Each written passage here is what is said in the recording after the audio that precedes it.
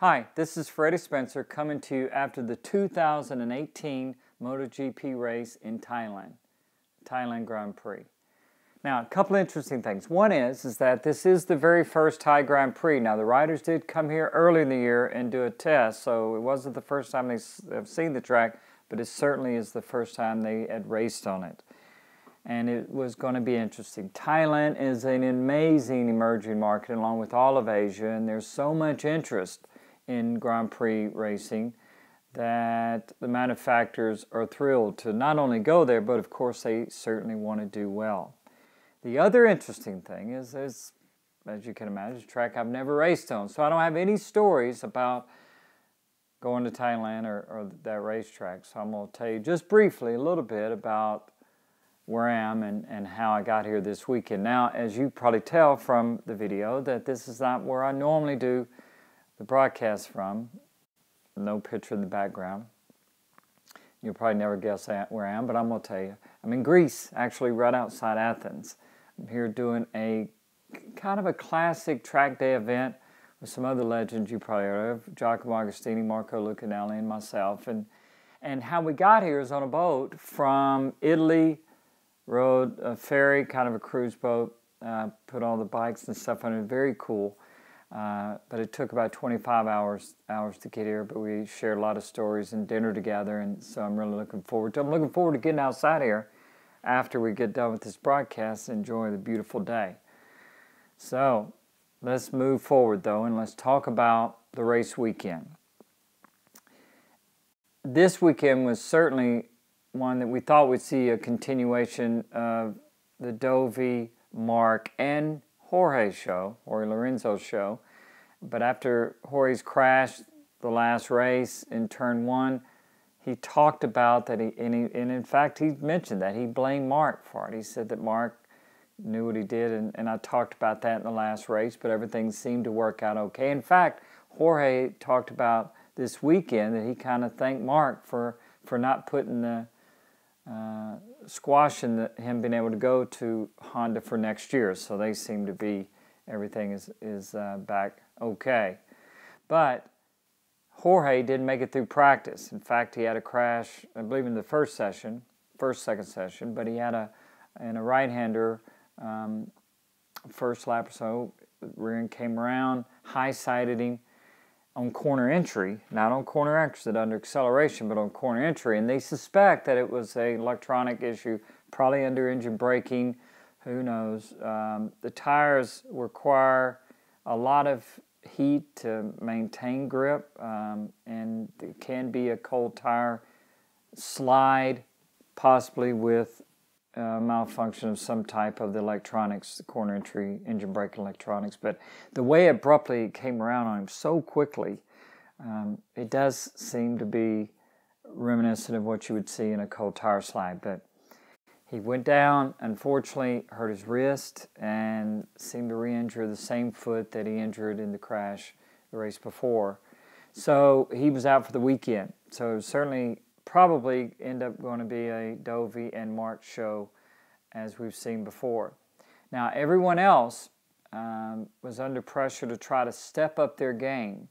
Certainly, we have talked a lot about the issues with the Yamaha leading into the weekend, every weekend, in fact, and the uncertainty of where they're going to be and how competitive they're going to be. And we talked about the issues in the last race, and I talked about self-fulfilling prophecy, just mindset and low expectations certainly don't help to get the most out of this situation, even if you can be close.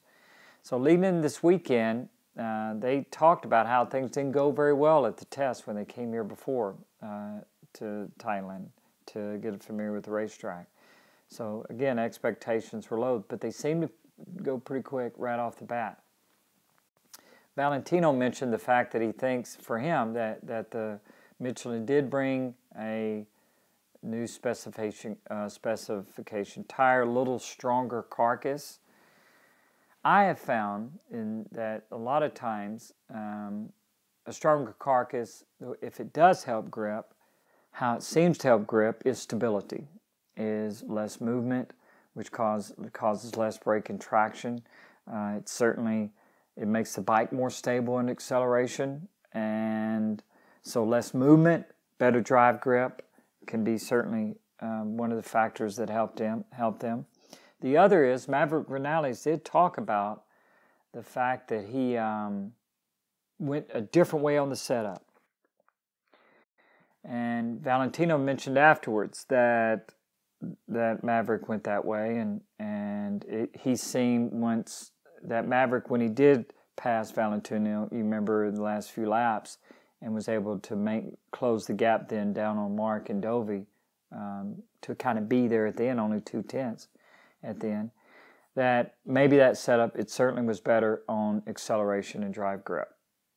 Now, his bike certainly looked good, and if he believes it, and I believe this as a continuation of what I said after last race, that, believing it up here, having that strong mind and belief that it's better, will put you in a better position to be able to have a better result at the end.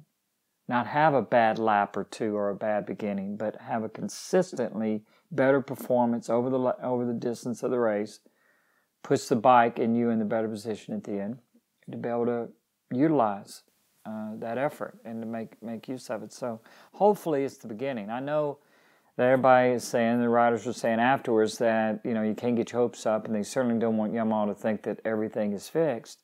But you got to begin somewhere. And hopefully this last weekend will be, because it was exciting to see Maverick there, because that if anyone can maybe put a pass, put a move, and do some, Maverick Viñales certainly can get that job done in that top 2 or 3 elite riders. And so let's keep our fingers crossed and see what happens in Japan, a track that I think the Yamaha has done well on, certainly in the past. A couple of other riders before we talk about Mark and Dovi. Cal Crutchlow. Cal talked about that normally he gets stronger at the end because he saves the tire. He tried to save the tire, he said, this time by taking it off the edge. He said he was picking it up more under acceleration, which is something that would make sense. And I know we do it on 500s, and they certainly do it on the bikes today, to be able to save that edge of the tire so you can get that initial throttle picked up before you go to full throttle like you do on the modern bikes with electronics sooner. But even in years past, it was always that initial edge grip, or saving that edge grip certainly helped in not only the bike changing direction, but being able to pick it up, pick the throttle up, and get it moving, or continue to have it moving, so that once the power comes in, you're driving farther, you're driving sooner, grip is better when you got the bikes moving, and so forth. But it didn't work for him. He said that you'd tire up, and that's what cost him a chance at the end of the race, and he faded. And for him, that was an issue because of Petrucci and certainly Johan Zarco, who got around him at the very end to get his great position. He finished in 5th. So that was costly for Cal, and I'm sure it'd be interesting to see what he does in the next few races. Johan Zarco, what a great ride for him. I thought when he ran wide in turn 1 with about halfway in the race, and they got that little gap, that maybe he was going to be in trouble. But he was able to get back up, get by Rins, he got by Crutchlow, and he finished in 5th position. And like he said afterwards, that was one of the best rides for him. And certainly it had to make KTM happy to see him running back up here, knowing that he's going to be on their bike next year. So he needs to get his confidence and that confidence and belief that you can get up there and run there and continue to push the entire race all the way to the end is key to being able to have a strong finish. So he certainly showed that. Valentino Rossi was right there. As we said, he qualified in 2nd. It was that great qualifying run of Marc Marquez to get through Q1, and then set actually a quicker time to get out of Q1 than he did in Q2 to get the pole position. His Q1 lap is technically the fastest lap ever run in the pole, fastest certainly pole time. But his Q2 position is obviously what got him pole position in qualifying 2. But Valentino was right there, you know, he continues to keep doing that, and it's great to see. Now, I know he wanted to turn that into at least a podium place in the race, but he wasn't quite there. And we saw that with Maverick, who was able to, once Valentino lost that gap to the front, and as Valentino talked about, the pace that these guys run in the very front and the beginning of the race is not that fast. And then they'll push for a few laps in the middle to try to break away, and that's what Dovi and Mark were able to do.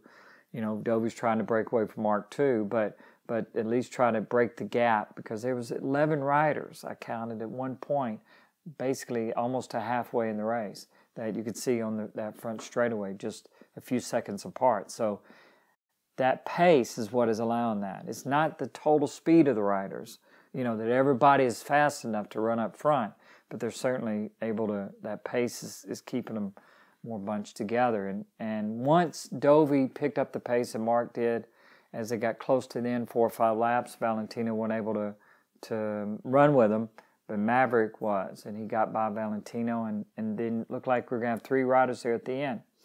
Now, as everyone suspected, was Dovi going to do what he had done 3 other times when they were battling with Mark? This would be race number 4 of that battle, just the 2 of them together. And was it going to come down to a last corner pass with Mark having made the, you know, gotten by Dovi with a few laps to go, which he did, but Dovi came right back and made a pass, and then Mark tried it again, and Dovi got right back by him again, and so it looked like that Dovi was going to have a control all the way to the end. Went into the last corner, Mark was leading, and Dovi tried to get up the inside of him, run wide, and Mark cut under him and beat him to the finish line. And that's the only thing about tracks like that. Certainly that is interesting, but I really don't like to see the finish line. I don't know about everyone else, so close to right at the end of the corner. Kind of makes it a little less interesting in case someone could maybe drag race or make it a little, if the start-finish line was a little farther down, but that's just my opinion. But it certainly was a good race, and now it's 3-1. 3 with Dovi, 1 of Mark in the last corner passes, and Mark was certainly thrilled with that. As he called it, he did a Dovi on Dovi. So it was a great race, and we'll have to see what's going to happen in the next round in Japan. As the championship continues, Mark certainly has it under control, and it's getting close to where he can get it wrapped up in the next race or 2 and next couple of races, because he has certainly been a dominant force this year in the way that he's always there up front. And so is Dovi, and so is Jorge, but Mark has certainly been consistent, and that starting off so strong, as we've seen late in the year, has made it almost impossible for anybody to close the gap down. So, another great MotoGP weekend, another great race in Thailand. The next race, as I said, will be in Japan. I'm looking forward to it. I hope you are too.